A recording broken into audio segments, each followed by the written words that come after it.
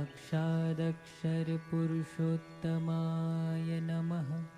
परमात्मने नमः। परब्रह्मणे नमः। भगवते नमः। पुरुषोत्तमाय नमः।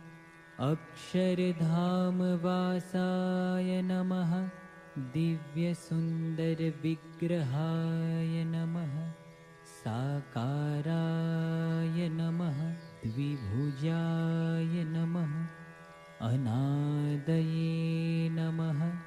साकाराक्षरसेविताय नमः।